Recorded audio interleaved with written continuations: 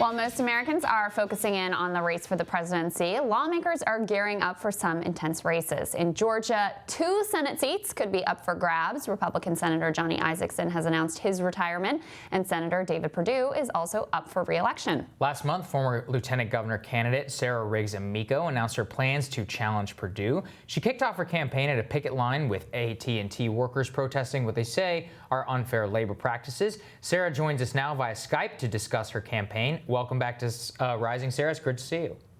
Thanks so much. It's good to be with you. Okay, Sarah, so it's a little bit complicated for some of our viewers. What's going on in Georgia? There are 2 Senate seats that are up for grabs. Which one are you running for? Which one is Ossoff running for? There's a lot going on here, so unpack it. Well, thanks so much. First of all, I'm running against Senator David Perdue. This is the full-term election that was regularly scheduled for the 2020 November ballot. There are actually now, as you mentioned, 2 Senate seats up for grabs here in Georgia. There will be an election to replace the final 2 years of Senator Isakson's term. That's what we call a jungle primary. So all of the candidates will be on the same ballot, regardless of their party, and that ballot will be in the November election at the same time Georgians are voting for the president. If no one clears the 50% plus 1 vote hurdle in that second seat special election, there will be a runoff in January, I believe January 5th of 2021. So it is a lot going on here, especially when you keep in mind that control of the U.S. Senate for Democrats may hinge on just 3 seats, and 2 of those 3 seats could come right here in Georgia, especially given the amount of work that Stacey Abrams and I and other Democrats did in the state last year to really expand our electorate.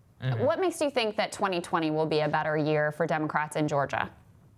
Yeah, look, I think last year we did a lot of planting, right? And you could argue that had there not been so much voter suppression and so many shenanigans by a Secretary of State who was also the Republican candidate for governor, we may well have Stacey Abrams as our governor right now. The reality is we made incredible strides turning the state blue last year. Now all we have to do is finish the job we started. So, Sarah, that's the main question, which is how do you think that things are looking on the ground, at least from the presidential polling that you have seen for Democratic chances within Georgia? Yeah, I mean, what I see and what I saw last year traveling through 150 counties in our state, that's a lot of living rooms to sit in. What I saw is that people have lost faith in the kind of leaders we're sending to Washington. You know, David Perdue's been in the U.S. Senate for 5 years, more than. He hasn't done a town hall with constituents. He has an audience of 1, and that's the president. I think Georgians deserve better. I think they're ready for change. They're hungry for leadership on issues like economic security, expanding access to affordable health care for our families, and voting rights and election security. I think this is going to be a very tough year across the board, from the state house all the way up to the presidential election for Republicans in Georgia.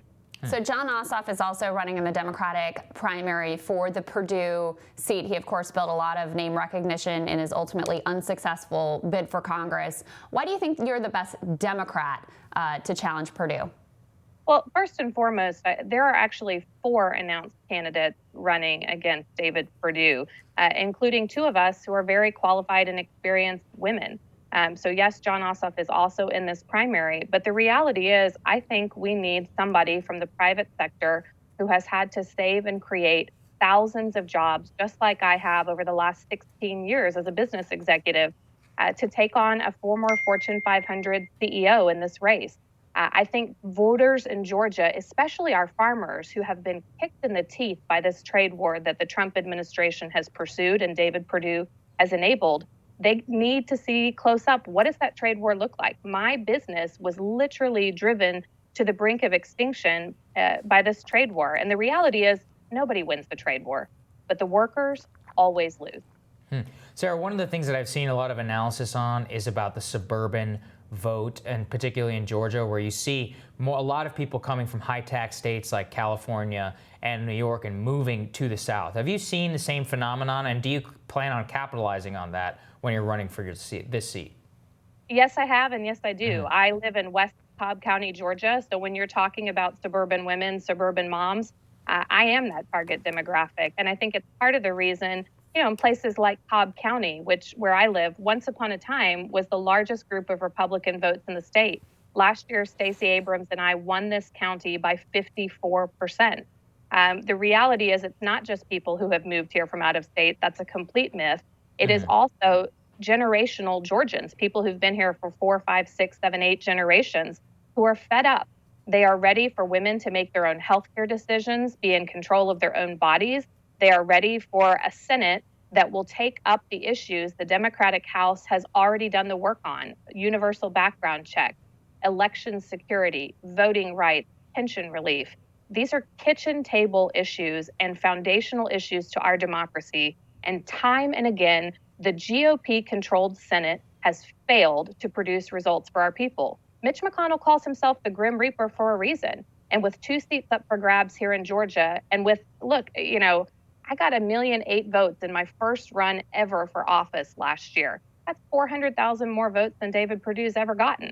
With that kind of momentum and all the media attention and investment that's going to be coming into our state, control of the United States Senate will now rest on the state of Georgia. And I can't wait for this debate. Sarah, you talk a lot about your Christian faith, something that's very important to you. One of the most interesting, really fascinating dynamics in the Trump era is how much support he's found in the white Christian evangelical community. This is really his strongest base of support for, let's just say, a fairly non-traditional kind of a guy. What do you attribute that to? I think perhaps people should revisit the book of Matthew. I would start with the Sermon on the Mount, and I'd go straight to Matthew chapter 25 and look at what Christ said about how we care for the least of these, whether it's the sick, the poor, the widow, the orphan, the prisoner. Jesus was not a white suburban evangelical. He was a refugee. He was a man who encouraged people to help the poor. He told the story of the Good Samaritan, whose faith didn't match the man on the side of the road who had been injured. It wasn't about sharing the same beliefs. It was about the willingness to see the humanity in other people and to stop what we're doing and tangibly help them. I can't really explain the phenomenon except to say that to a certain extent, because it was politically convenient, certainly not because it was theologically sound, the right wing of the Republican Party has co-opted a faith that forms the foundation of my life and so many other people. But look, I think they've missed a few points along the way. Well, Sarah, thank you so much for joining us. We really appreciate it. Thank you, Sarah. Thank you for having me. And we'll have more Rising after this.